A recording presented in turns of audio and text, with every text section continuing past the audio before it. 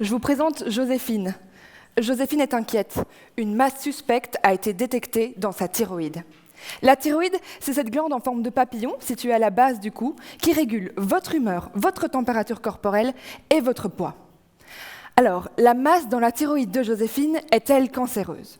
Pour le savoir, elle subit différents tests, plutôt invasifs, au bout desquels le diagnostic reste indéterminé. Les examens ne permettent pas de dire avec certitude si la masse est bénigne ou maligne. S'agit-il d'un nodule inoffensif ou d'un cancer? Par précaution, son médecin décide donc d'enlever la thyroïde. Ensuite, un spécialiste l'analyse et déclare « nodule bénin ». L'opération aurait pu être évitée. 60% des gens ont des nodules thyroïdiens. Très peu d'entre eux sont cancéreux. Il semble donc important de les détecter avec précision afin de ne pas enlever la thyroïde à environ 60 personnes dans cette salle. L'objectif de ma thèse, c'est ça, identifier de nouveaux outils diagnostiques pour mieux diagnostiquer les cancers thyroïdiens. Et pour cela, je m'intéresse à de petites vésicules messagères, des colis qui sont envoyés d'une cellule à une autre pour transmettre des messages. Alors, les cellules saines enverront des colis remplis de sucreries, tandis que les cellules cancéreuses enverront des cadeaux empoisonnés afin de corrompre les cellules alentours et mieux se propager.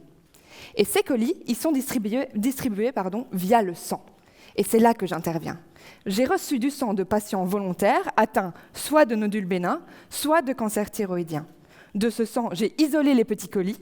Curieuse comme je suis, je les ai ouverts et j'ai analysé leur contenu.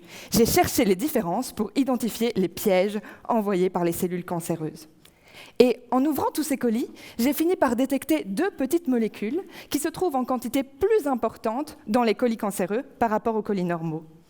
Alors, l'idée, ce serait de continuer la recherche pour que, si, dans le futur, on vous détecte un nodule thyroïdien, votre médecin puisse vous prescrire une simple prise de sang dans laquelle il pourra analyser les vésicules colis, doser les deux molécules. Si les niveaux sont normaux, vous pourrez alors garder votre thyroïde. Pas mal, non ? Alors, malheureusement, il se peut aussi que ces niveaux soient élevés et qu'on vous détecte un cancer thyroïdien. Mais pas de panique. Pour mieux comprendre ces cancers-là, j'analyse l'ensemble du trafic postal dans la thyroïde pour comprendre quelles cellules communiquent avec qui, identifier les messages qu'ils s'envoient et peut-être même essayer de détourner les livraisons pour empêcher la croissance de la tumeur. Plutôt prometteur, ces petits colis, non ? Merci.